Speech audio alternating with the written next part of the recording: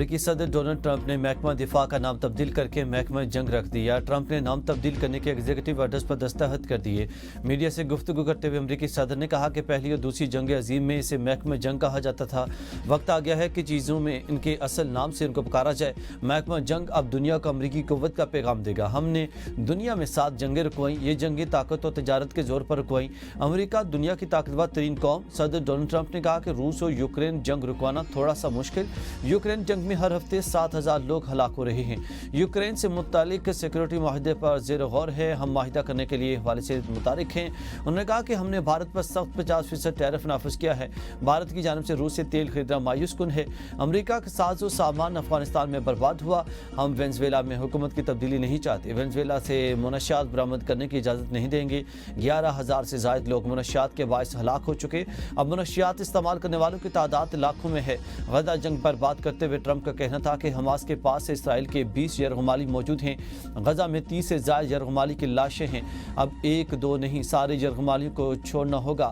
اگر یرغمالیوں کو رہا نہ کیا گیا تو صورتحال مزید خطرناک ہوگی۔ ہم حماس کے ساتھ سنجیدہ بات کر رہے ہیں۔ یرغمالیوں پر احتجاج نے اسرائیل کو پیچیدہ پوزیشن میں لا کھڑا کیا ہے۔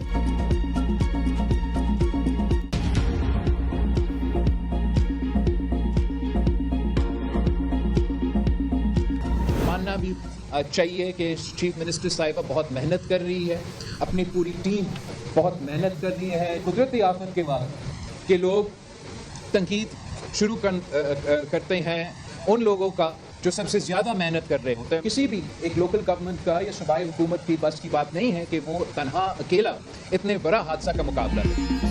یمن پیپلز پارٹی بلاول بھٹو کا وزیراعظم سے ٹیلی فونک رابطہ۔ وزیراعظم کے سامنے قصور کے کاشتکاروں کے تحفظات رکھ دیے۔ پنجاب بھر کے کسانوں کے مسائل بھی آگاہ کیا۔ وزیراعظم نے کہا کہ پنجاب میں آفت زدہ اضلاع کے کسانوں کے لیے وفاقی حکومت ہر ممکن اقدامات کرے گی۔ بلاول بھٹو زرداری کا سیلاب سے کسانوں کے نقصان پر وزیراعظم سے زرعی ایمرجنسی نافذ کرنے کا بھی مطالبہ۔ قصور میں سیلاب متاثرین سے گفتگو کرتے ہوئے کہا کہ پنجاب میں مریم نواز اور ان کی ٹیم بہت محنت کر رہی ہے۔ اندازہ نہیں تھا کہ پنجاب میں اتنا زیادہ نقصان ہوگا۔ پنجاب حکومت تنہا سیلاب متاثرین کی مدد نہیں کر سکتی۔ ہم سب نے متاثرین کا ساتھ دینا ہے۔ وفاق کو سیلاب سے متاثرہ صوبوں کی کھل کر معاونت کرنی چاہیے۔ کسی متنازع قدم کی طرف نہیں بڑھیں گے، متحد رہیں گے۔ وفاق سے درخواست ہے کہ کسانوں کو بجلی بلوں اور قرضوں میں ریلیف دیا جائے۔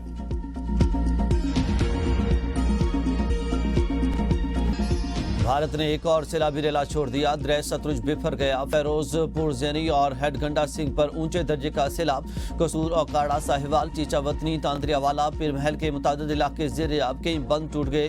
39 لاکھ افراد متاثر، 1000 ادویات بھی ڈوب گئے اور 50 افراد جاں بحق ہو گئے۔ دریا چناب اور راوی میں شدید طغیانی، مزید درجوں دیہات زیر آب آ گئے۔ شجاع آباد میں شیرشاہ کے قریب بستی کا گرا کا حفاظتی بند ٹوٹ گیا۔ پانی قریبی بستیوں میں داخل۔ ملتان کی بستی والا میں پانی کی سطح میں مسلسل اضافہ، لاکھوں ایکڑ رقبے پر کھڑی فصلیں زیر آب آ گئیں۔ جھنگ کے علاقے شورکوٹ کے مقام پر دریا چناب میں درمیانے درجے کا سیلاب آ گیا۔ درخانہ کے مقام پر ریلوے پل سے سیلابی پانی ٹکرانے سے شورکوٹ خانیوار ریلوے سیکشن بدستور بند۔ درخانہ ریلوے اسٹیشن کے قریب ٹریک پر سیلابی پانی سے 50 فیٹ کے قریب بڑا شگاف پڑ گیا۔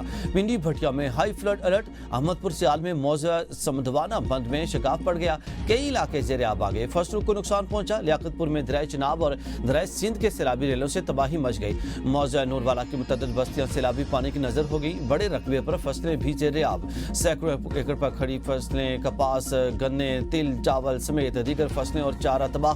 متاثرین کھلے آسمان تلے اور بچوں اور مویشیوں کے ساتھ محسوس۔